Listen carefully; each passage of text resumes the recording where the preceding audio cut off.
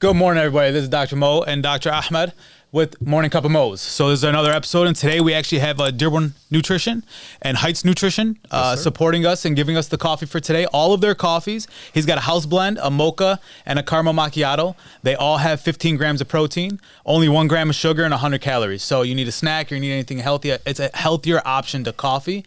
He heard what we were doing. He's like, hey, let's give you a coffee. So let's give that story of how we walked in. We walked in the other day, and it was just phenomenal. Went to Kroger first. Yeah. And then we decided on the way out, we're going to go to Heights Nutrition.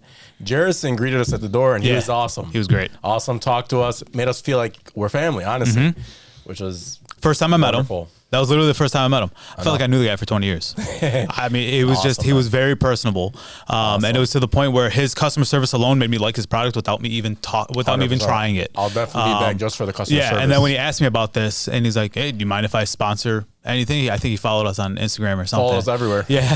And he was like, hey, do you mind if I sponsor a show? And I was like, yeah, no problem. As long as you don't mind me being honest. If I don't like it, I'm going to tell you flat out, I don't like it. I won't bash anybody. But 100%. if it's not for my taste buds, then, you know, it might be for somebody else's, but it's my taste buds on there. I'll tell you what my ratings are, which brings us up to the wonderful rating system. We have a new scale. We're doing numbers now. Yeah, we should do numbers. If we like it or hate it. Yeah, and I think that should be it. So as of what we have thus far, I think we've done Matari, we've done Starbucks, right? Let's not talk about that Starbucks thing. Yeah, I know, but Matari's up there. Matari is very good. Awesome. So I think that's up there. So what do we got today? What's our first one? What are you trying? So as you just mentioned, coffee. We're introducing that new number scale. We're going to talk a little bit about the Lakers. We're going to talk about LeBron edging closer to the scoring title. We're going to talk about your Steelers as well. Yep. Playoffs? We're talking playoffs. Okay. A lot of things happened that we didn't think were going to happen. Lakers the other day broke their 5-game win streak against Dallas. We're going to talk about that. Luka. And that's all right. So let's get into the coffees. Oh, and one more topic. At the end, we're going to talk about the focusing on the journey rather than focusing on the goal. And that's what it builds on to last week, what we talked about with failure and all that good stuff. So that's why I like sort of transitioning into that. And it made me think of a lot of my nephews and nieces and people of that age and how to sort of embrace the journey more than anything. For sure. So what's our first coffee? What's the one closest to you? All right. We have the caramel coffee. That's caramel? The caramel iced. And so remember, put the creamer in there and everything, all that set and the creamer's filled with CLA, he said, so it's a fat burner. It's actually really good nutritionally to help burn your fat, and it's not thermogenic, but it's just, especially with people working out, it just helps you out with that with weight loss. So let's try this out and see how it is.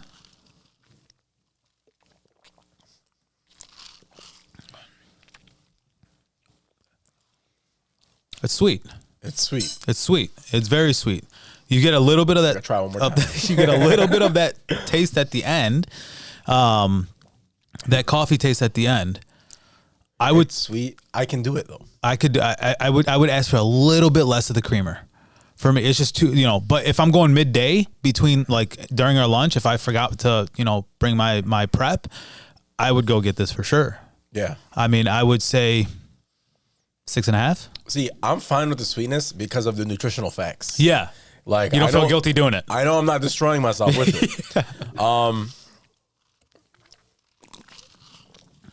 6.5, is that what you're doing? Yeah, I'm going 6.5 there. I'll be a little more generous. I'm going to go 7. Okay. Yeah. Go 7 with this. Yeah. It's good though. It's good. No, I would do it again. For sure. Easily. You got your house blend right there. This is the house blend. Yeah. They talked about. We got the creamer in there as well.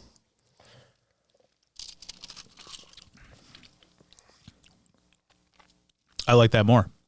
For a coffee. I like this less. No, see, I like that more because it was as a coffee instead of a dessert.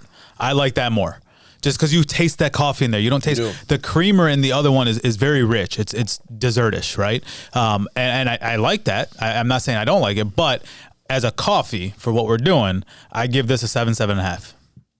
Yeah, because this one's a little more bitter.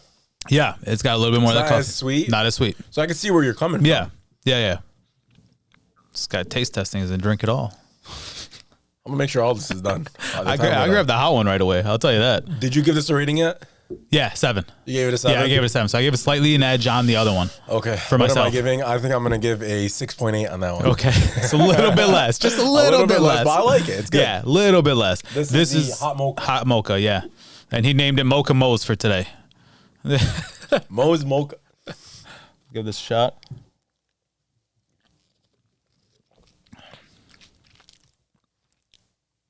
This has this has a good mix of like your sweetness, but you still have that coffee kick at the end, where you actually taste somewhat of the bean there. It's coffee, but it reminds me of a hot cocoa. Yeah, yeah. Right? But you taste it. But you taste the coffee. Honestly, I could do this. I could do this every morning. Yeah, yeah. Especially when I want something sweet. 7.2, easy.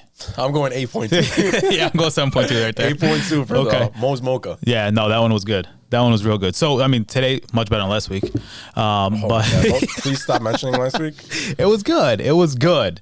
But it was, we didn't pick the right three. That's it. There's many different options there. We've had comments come into us of what their recommendations were, which we'll try them later. But it was just like we needed a break from it. We'll get back into it next time. A couple months. So, as we always start off the show, talking about your boy. Go ahead. Give it to me. The Lakers. Yeah. The Lakers, Listen, I'm not the guy to blame the refs, but I'm blaming the refs. I am. Yesterday against the Sixers. Hear me out. Yesterday versus the Sixers, they were down 1. Mm-hmm. Russell Westbrook drove to the rim. Yeah. Embiid literally grabbed his arm. I seen that. No call. I seen nothing. I seen that. Against the Mavs. I seen that. In double overtime, 7 missed calls. Oh, and someone had 8 missed shots. 7 in missed clutch calls. time. I wonder who that was. 38 years old. Who went 0 for 8? Playing 47 minutes. Who went 0 for 8? He was tired. Who went 0 for 8? You blame the guy? Come on. LeBron had a bad game. LeBron had an awful game. LeBron had a bad overtime game. No, awful game. But benefit of the doubt, he's 38. He was in his 47th minute. Stop. Let the guy live. So when he's doing good, look what he's doing at 38. But when he's doing bad in his excuse, listen. Be even down the road. I'm going to take this one on the chin. That's it. Okay, take it on the chin. That's fine. But needless to say, he went 9 of 28 that game. He did. He had a bad that's game. a 32% field goal percentage. Yeah. At 38. So even at the beginning of the game, when he had all the energy in the world, he had nothing. I'm not going to get too much into this because I know you have a lot of fire today. I don't have any fire. You have a lot of fire. You told me before we started this that you have a lot of pictures pulled up of stats. I got one picture. I'm not prepared, so we're not going to get into this. I got one picture. I said, if you give me ammunition to use that, I will. You want to fight? We can fight. We can fight about it. It's there. But the other thing, I'm sorry, but the other thing, you mentioned the Philly game yesterday. And as the stud of LeBron is, as the athletic just freak of nature that he is, I'm sorry. Game on the line. Why is it in Russell's hands? Why does LeBron not take that ball and say, nope, this is my ball. This is my game. He inbounded the ball. No, LeBron was chilling around the three-point line, doing nothing. Yeah, but the Westbrook slowed down and tried to drive it in. For sure. But everyone always says, LeBron's so selfish, this and that. LeBron actually allows other players to be important in those situations. I get it. But hold on. He always gets criticized for that. How are people saying that he's selfish when you're looking at his assist total? And he's got a lot of assist total. He gets other people involved. There's times where he needs to take over the game. He's that guy, which he is. No one's questioning that he's not that guy in the NBA. But how do you not take the ball and say, this is mine? I'm taking the rock. Game's on the line. I'm taking it in. I mean, a couple nights ago, he did. He drove to the basket, got fouled again, and no call. Again. Hey, the refs. Fouled in today's game, The refs have been destroying the Lakers. Even against that Luka matchup. Luka. And I text you right away with the whole foul thing where he went up. It was a travel. It was 100% a travel. You cannot. He went up, in the NBA, I know. you gotta go straight vertical. up. I get it. If you're over, they that's a foul. They went over him. They hardly touched the guy. There was 3 guys hovering over him. He still tried to go up. He went up and came right back down with the ball, and they didn't call travel. So it goes both ways. Call. Exactly, but it goes both ways with the refs. You can't just say. You got to respect the stop. GOAT. Just too biased. You are way too biased. The GOAT. So he's chasing that scoring title. Give it to me. When's it projected? Scoring title, I think, when did they say? February 11th, I believe? Something around there. How many points away are we? We're like 3-something. Let me make sure so I don't. Is it 3-something or 4? I thought it was low 4s. It's in the 300s. It's in the 3s now? Yes, sir. Yeah, I don't remember which one or what it was. I thought when we updated I think they had a game win. When was the last game? Yesterday. When they lost. He needs 364 more points. Okay. Projected 14 games, and projected date would be February 11th, 2023. So why is that so fascinating to me? Because I showed you the list of all-time scorers. Mm-hmm. In the top 25, there's only 3 active players. Yeah. I mean, I wouldn't even consider it 3. Carmelo's in that active list, and Carmelo's not even on the team. So you got Kevin Durant and LeBron. Mm-hmm. So looking at that KD's list, health way, I don't think KD will ever be there. I'll never be anywhere near him. Yeah, and you mentioned the other day, why is LeBron thing so impressive? Because of the amount of games that Kareem has played in comparison to him. You're looking at over 200 games. Yeah. And LeBron's projected to pass him literally next month. Yeah, but does that play with LeBron's longevity? Of course it No, does. I'm just saying because he, back in Kareem's day or Jordan's day, they didn't take days off. They had a game, they're there. The star's there. Yeah. No matter what. Now they sort of take days off. And not just him. I'm talking about the stars. Mm-hmm. They all need that. So does that play with how the game changed drastically and how it sort of messed? Now, when he's out there, he's getting it done. He's getting his points. He's getting what he needs and all that good stuff. But does that I don't want to say burden him or anything along those lines, but you got to look at that as well, that they're having more built-in days and sort of self-proclaimed off days. For sure. Are you talking more break-wise? Like, he's getting more time to rest, that's why he's doing so much better? Or what exactly are you? Yeah, so he's staying healthier for longer, not to take away from what he does. No, now, we talked about that before. What he does between his health, his nutrition, all that good stuff, that's there. But I'm saying that has to play a role as well. He's not out there back-to-back nights. When was the last time he's been out there back-to-back nights or anything along those lines? The last game he played.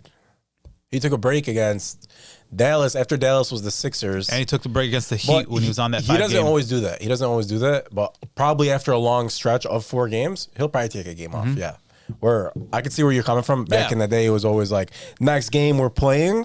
Where today's world, a little less. Basically. Yeah, and I think there's a lot less of it. But also, I just feel bad when I see these stars not playing for the fans that bought the tickets. Because it's like, you were looking at the tickets for when Lakers came here. Lakers Pistons. It was a Christmas day, right? It was around Christmas break. I think so. Yeah, something like that. And you were afraid to buy the tickets because you didn't know if he was going to play or not. Yeah, because if he rested, I don't want to go to that game. Yeah, so that's why I'm just like I feel bad for that. I really do, and that's why it's just like it bothers me. But the longevity of their career, I think it helps out with them big time. Because it's not like the NFL. It's not like where it's a 17-week season or 17-game season and you're getting, you got 1 game a week. Granted, it's completely different and you need that time off in the NFL, but sure. It is much different. So LeBron, we're going to put him a little bit to rest right now. We'll talk about him soon. Yeah, we'll talk about him soon. Took that number 1 all-time scoring and how he's the GOAT. No. So we got the NFL, let's talk my Steelers real quick. And, from the last time we talked, I was waiting on Twitter nonstop for Matt Canada to get fired. And it pisses me off that he still has a job on the Steelers staff. Do you blame them, though? Yeah. Going into the season, you guys thought it was a rebuild year, correct? I get it. But the way to come out this season, I don't think you get rid of anyone. I just think you wait till next year and see what happens. No, you get rid of them. We've been the 26th offense in 2022. We were the 22nd offense or 22nd or 21st offense in 2021. No, it's not producing. We have an average of 14 points per game. With the studs that we have, no, that's not getting it done. Don't you think you need some time with your new quarterback? Well, he had Ben before. He had that. And listen, people wanted to bash Ben last year. Yeah, he was old. Yeah, he wasn't Ben of old. Yes, I get all that. He had no line. He had no offensive coordinator. He can't run for his life. You see Kenny Pickett out there running and rolling out and able to get free. Ben couldn't do that anymore just because of his age. He was in the league for how many years? Okay, it was 17 years at that point. 17. So it's at that point, it was just like he couldn't do it. And he didn't change his system to help him out. So that's where I'm like, they're 26 and 21 in offense the past 2 years that he's been there. And we have not won a playoff game since 2017, which doesn't always fall onto the offensive coordinator. It's also Tomlin and others coaching staff at that point. What's your take on Tomlin? The king of mediocrity. Do you think he should still be the Steelers head coach, or do you think it's time to move on from him? I think he's a player's coach. I think the players play for him. He's sort of like a Dan Campbell. Yeah. I think the players play for him. I think to the point where he gets them up and gets them going every day. Even with Antonio Brown and Le'Veon Bell. And I think he was the only coach who could actually keep him in check. And he did. For how long? He helped them out for how long? So, no, I don't want to say Tomlin's horrible. Tomlin needs to get fired. I think Tomlin needs to fire, or the Rooneys need to fire Canada. But I'm not saying Tomlin's still, yes, he hasn't had a losing season. When was the last time he had a Super Bowl? When was the last time he took it further? And I'm sorry, the Steelers organization is not an organization of mediocrity. So why do I think that they're not coming to the point where they're not firing him? Beginning half of the season, like we talked about last week, I'm sorry. They played Cincinnati, New England, Cleveland, the Jets, which was hot at the time, Buffalo, Tampa, Miami, and Philly. That was their front end before the bye week. Okay. During that time, they went, 2-6? I believe. A hard schedule. That's a hard schedule. Okay. Now, after that, Kenny Pickett comes in. He missed a couple games due to concussions. He comes in. They played New Orleans. Awful. Cincinnati, lost. Colts, awful. Atlanta, awful. Baltimore, lost.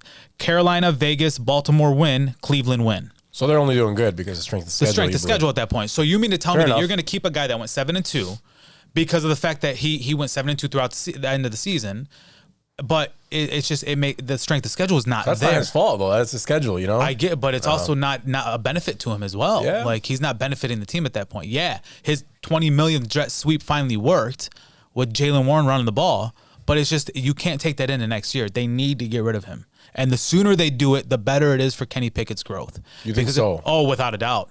You could have OTAs with your new OC. You could have, the offseason trainings and all that other stuff with your new OC.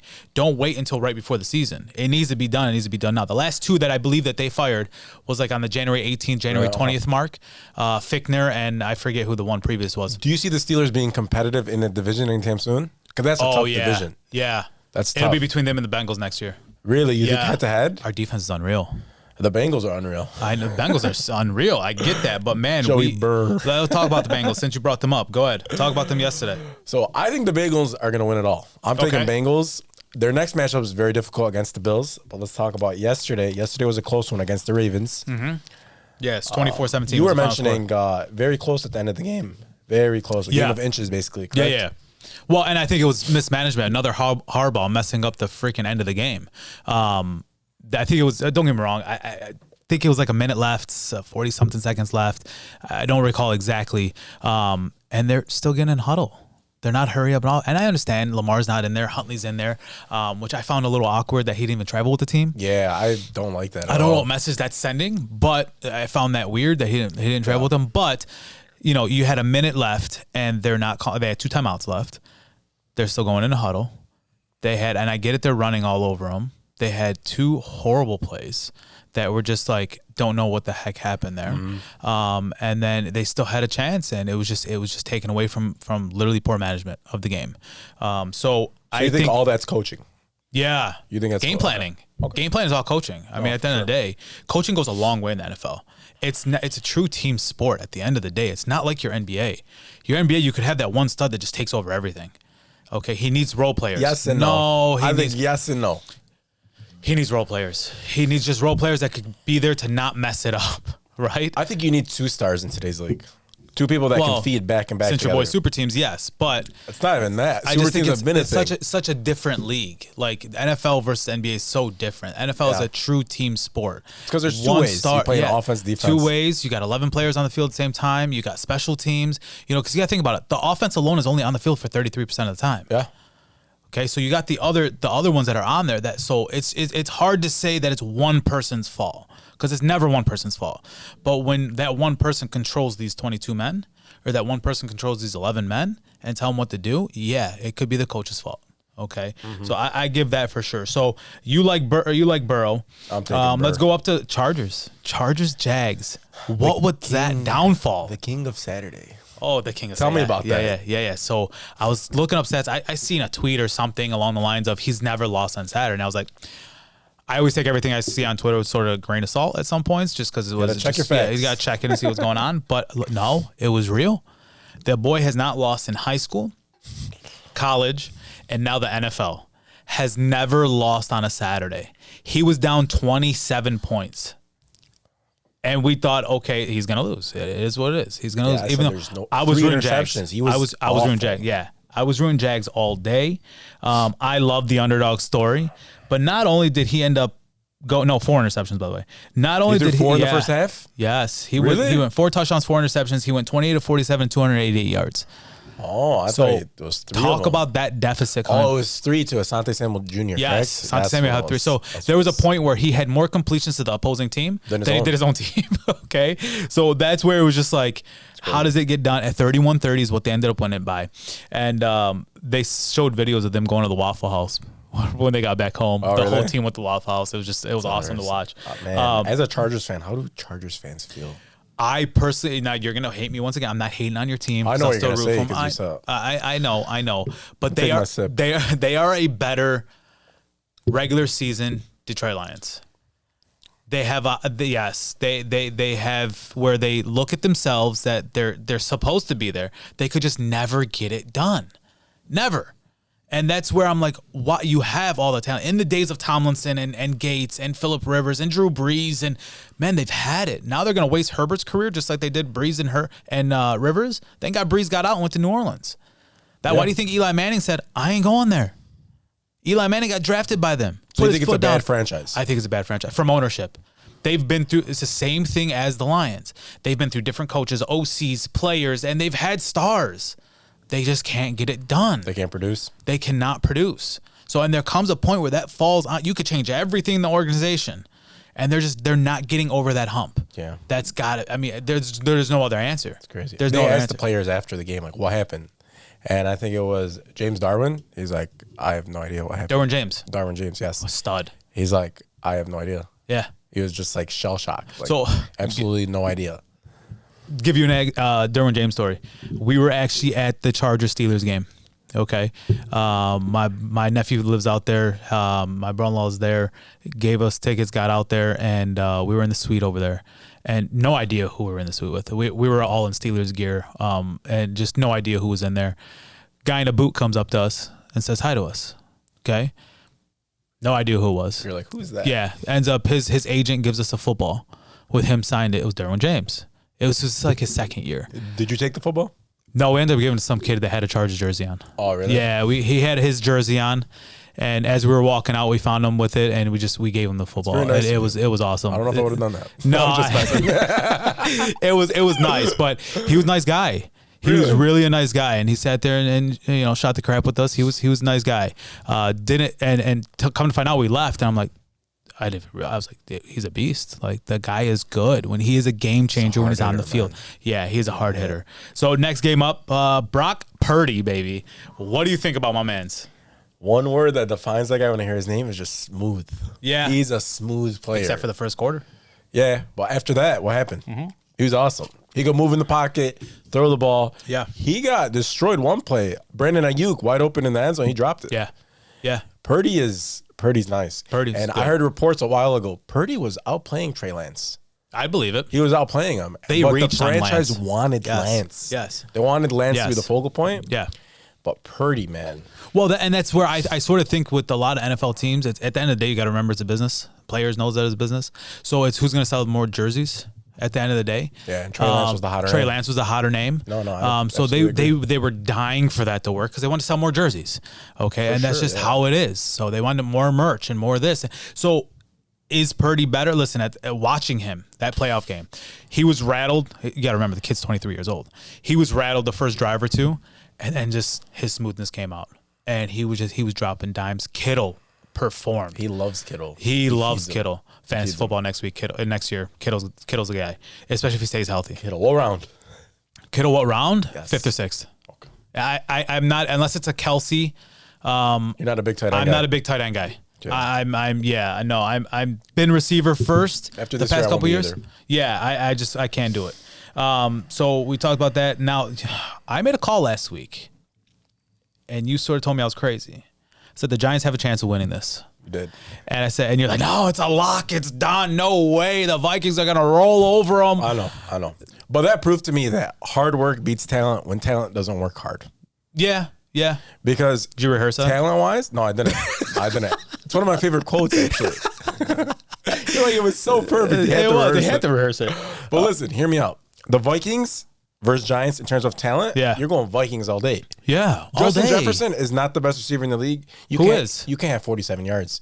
You cannot have 47 yards in a must-win game. Yeah. No, okay. absolutely But who not. is? Who is? Who do you put ahead of him? Do you put Jamar ahead of him?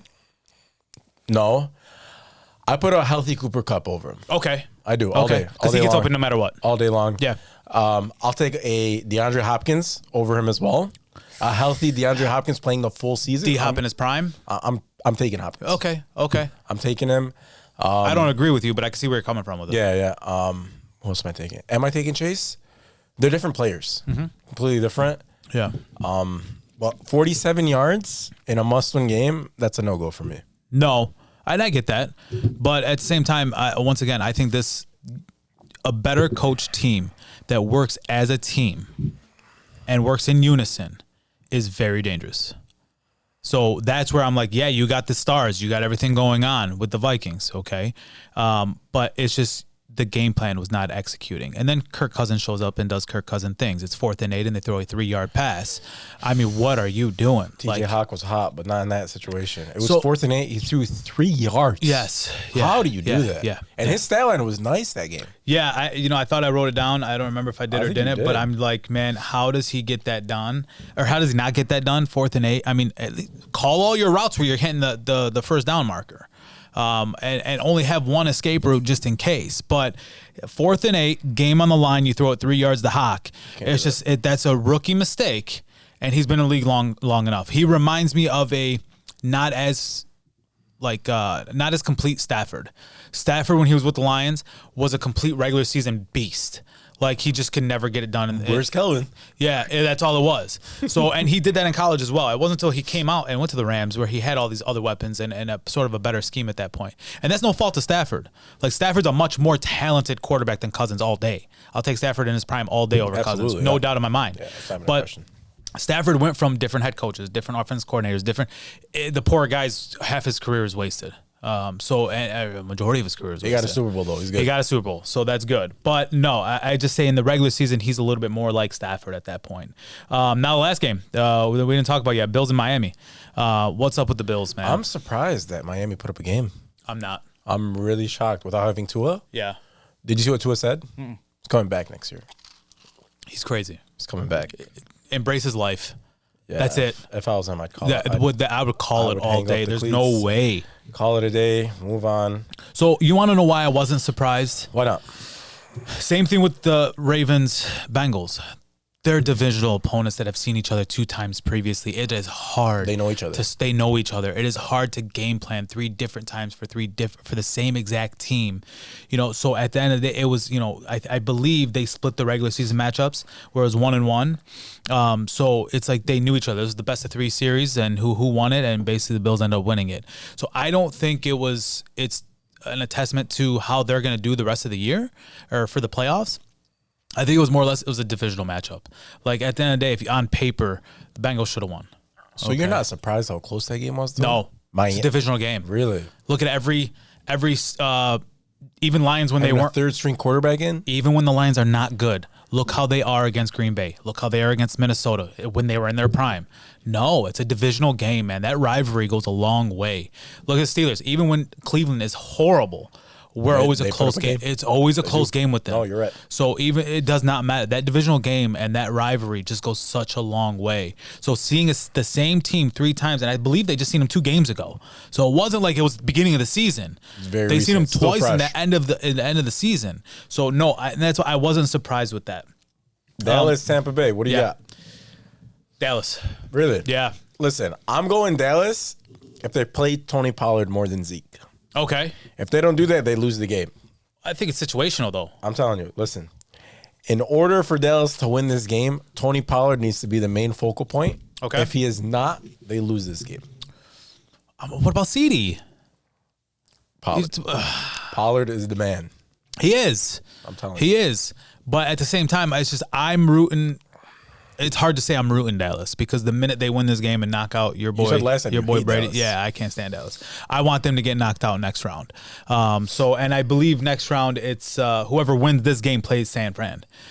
So they probably will get knocked out next round. Do you think San Fran is good As a team? Yes. You think so? No doubt. They got stars, dude. Debo, you got Kittle. Purdy's coming through. CMC, don't forget about him. Their defense is star-studded. And CMC, speaking of him, he couldn't stay healthy in Carolina because he had to put the whole team on his back. But now he gets breaks. He gets breaks. Mitchell comes into the mix. So they're going to preserve his career. That's a tough one. And so no, I think no doubt that they come through. So best team in the NFC, who are you taking? As of now. Man, that's hard because I would go between San Fran and the Eagles, and I would just say more or less team-wise, San Fran. You think so? Yeah, team-wise. Star studs and all that, you're looking at the Eagles, but I would say San Fran. I mean, there's talented on both. There is. I don't think anything's a wrong CMC, answer. And then a huge drop off from CMC to Miles. Yeah. CMC's up here. Yeah. And you look at quarterbacks, that's also a huge drop off. Huge drop off. It like goes back and forth. It does. But if I had to pick one, I would be rooting Eagles. Truthfully, I would be rooting Eagles. Would you? Probably, but yeah. I would think that San Fran's got a slight edge on them. Back to Dallas, Tampa. I can't go against Brady, man. I can't go against him. Rush him. If that defense rushes Brady and puts him on edge, he can't roll out. Okay, he never has his entire career.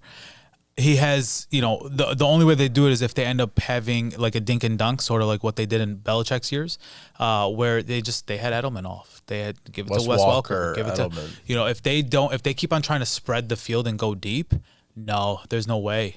You can't cover those receivers. You can't, but they can't get open. There's not enough time. Blitz them. You blitz him, Brady's going to get rattled. I don't know. And Brady doesn't like taking hits. So what does Brady do? He just falls. Yeah, he gets mad. He falls and chucks the football at somebody. He smashes the iPads. The iPads, the football, the helmet, or whatever it is. A little temper tantrum and goes in. Now, does he get it done? Is he a good football player? Yeah, his IQ is unreal. I think the only player of my life that I put higher football IQ than Brady is Peyton Manning. I know you're gonna say that. That's he's the only one. He didn't have the physical contributes like Brady does, but I would still put Manning ahead mentally. Manning would watching him was boring as hell. But as an overall player, you take Brady all day. I don't know about all day. Goat wise. I mean, yeah.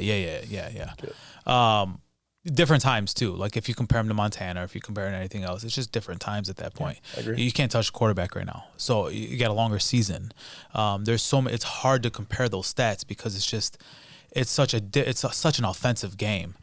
Back steel curtain days, you were defense, you were rushing. That was what your game was. You hardly threw the ball down. Now you got these quarterbacks coming out throwing it freaking 60 yards. I remember I seen someone talk to me yesterday, and they said the first back in the 1950s, 60s. The longest throw by a quarterback was 52 yards. Don't quote me on that. I could be wrong. Josh Allen could do that from his knees. Vic, from his knees threw it almost 70, 80. Yeah, he just flicked it right down. It just went. So they're different, okay? So it's hard to compare. Times have changed, yeah. But Brady, yeah, in the current day, 100%. We take Brady 100%, yeah. So we got these matchups coming up next week. Chiefs versus Jags. Who you got? I want to root Jags, right? Chiefs all day. No, that's a no-brainer. That's a no-brainer. That is absolutely no-brainer at all. That's a blowout. Yes. Bengals, Bills. I'm going Bengals. Bengals? Tough matchup. Yeah. But I'm going Bengals. Really? I'm going to go Bengals because I feel like Josh Allen has a lot of turnovers that game. I think he goes 3 interceptions that game. I don't think Josh Allen has been good with the ball at all. No. He hasn't. And I think that is the main focus on that game. If they can turn Josh Allen over, they lose that game. Okay. Because I feel like Burrow is a lot better with the ball when comparing to Josh Allen. Okay. In terms of security and managing the game. Where I feel like Josh Allen has like no filter at all. He'll go deep every single time. He doesn't care. Yeah, he's a current day Favre. Yeah, exactly. He's a current day Favre. I got Bengals there though. Okay. What do you got? I'm Bills. Are you? Yeah, I'm Bills just because I believe the Bills defense is that much better, and I'm still want this old school mentality of defense wins championships, and your offense wins games. So I'm more defense.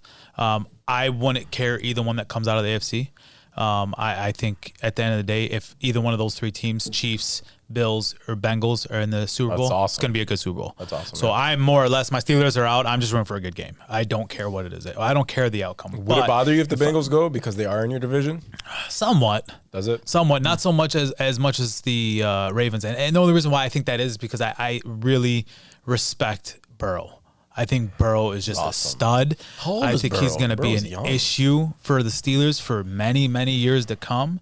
I think they have the backup. I mean, he scares the living daylights out of me. 26 years old. He's going to be something for the next probably 10 years. Yeah, okay, so it's he's a star. Plain and simple, he's just a star. You have to put him in the same conversations as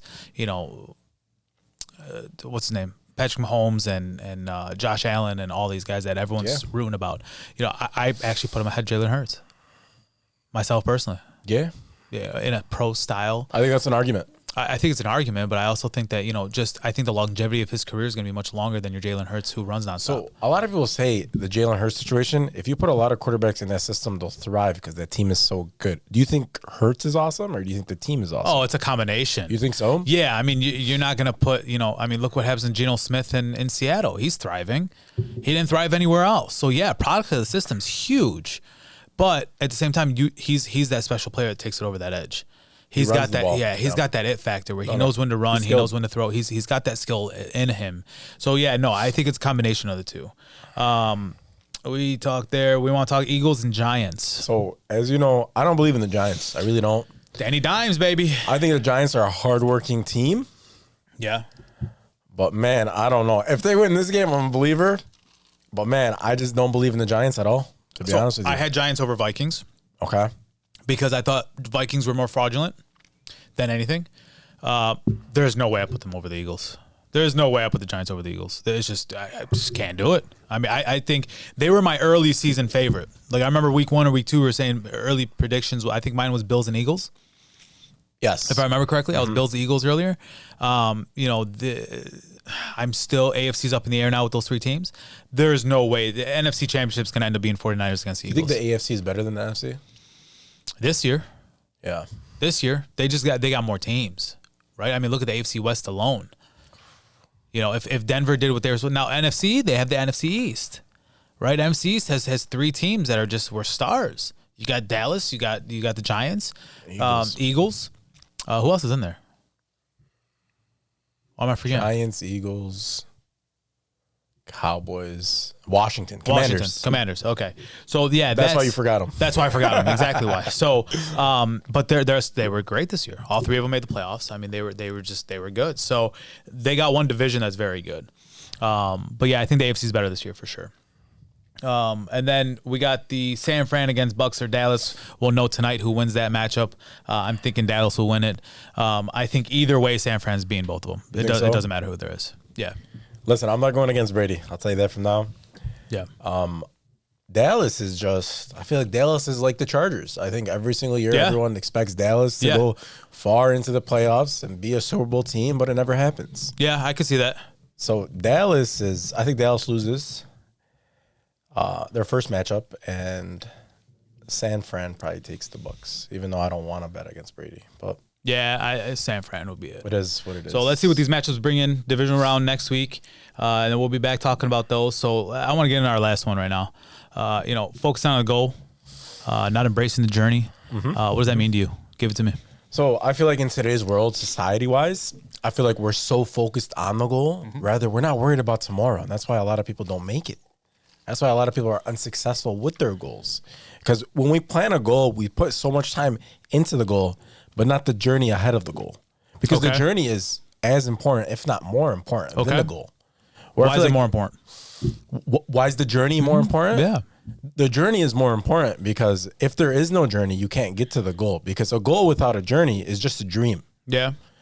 Correct? I'm with you. So I feel like in order to get there, you have to plan where you're going. Yeah. Well, and I think that's the main thing you just said right now. Planning. Right? This sort of builds on to what we talked about last week.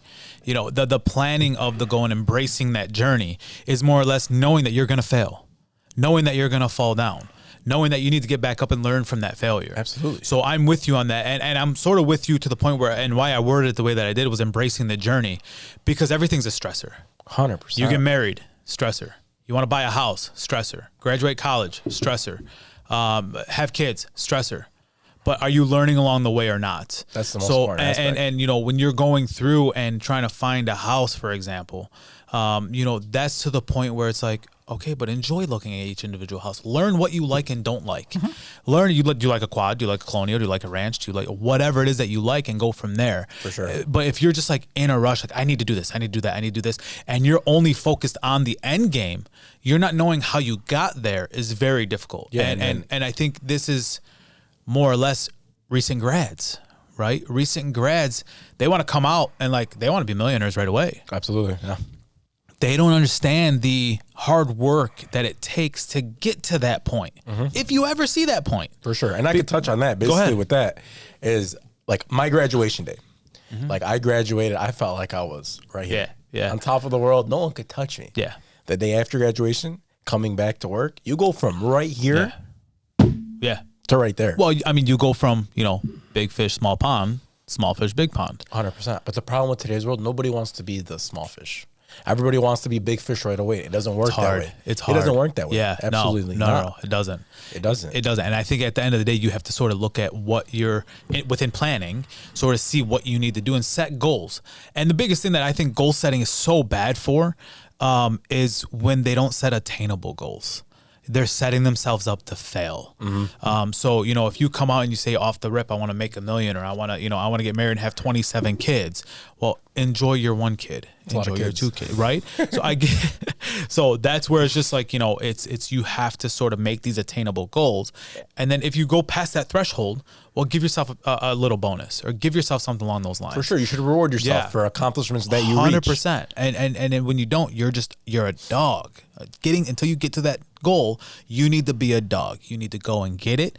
You need to just put your blinders on and don't listen to the outside world. And just know what it takes, okay? Because you're gonna have people tripping in your ears and saying different things. But at the same time, if your head is down and you're working hard and you're the hardest worker in the room, success will come. Absolutely. So I'm gonna say something that I think I've said to you before. I would throw a little Arabic in there as well. So when a lot of people say bi'id Allah, right? It's in God's hands. It's in God's hands, right? Yes, I'm with that. I'm with you 100%. But you can't sit back and do nothing and expect it just to happen, So there was always a long running joke where it's like, you would have somebody pray nonstop, let me win the lotto, let me win the lotto, let me win the lotto, let me win the lotto. He got angry, said, I never won the lotto. Basically had a dream at night of God talking to him and say, you dummy, you got to go play the lotto to win it, right? You can't just sit there and expect it to happen. So same thing with your goals. You have to work at it 100%. I think that Absolutely. Is that work ethic. And I think COVID had a problem with this, man. People were just sitting back collecting. For sure. Now you can't find workers. You can't find workers now. I mean, it's a little better than what it was. It's a lot better than what it was. But that's just to the point where they it's just hard because the realistic truth of what is attainable and not attainable is just, it's not there in their eyes. So, and you have to embrace that and learn from it going forward. What else you got? No, honestly, I completely agree with you. I just think the small fish to big fish is a huge thing that nobody wants to go through anymore. Yeah. Everybody wants to be getting paid the most and not getting paid the least. Where I'm sorry, but at the end of the day, you have to start small. You have to start small. Big. Yeah, for sure. That's a must. For sure. All right. Well, that's another episode. Thank you guys so much. Make sure you click, you subscribe, you hit that bell, you share. If you've heard something you like today that you think somebody else will like, please share it with them. It goes a long way, not just for us, but for them as well. Absolutely. Give us recommendations. Let us know. This is us signing off. We'll see you next week. Have a good one, guys. Have a good one, guys.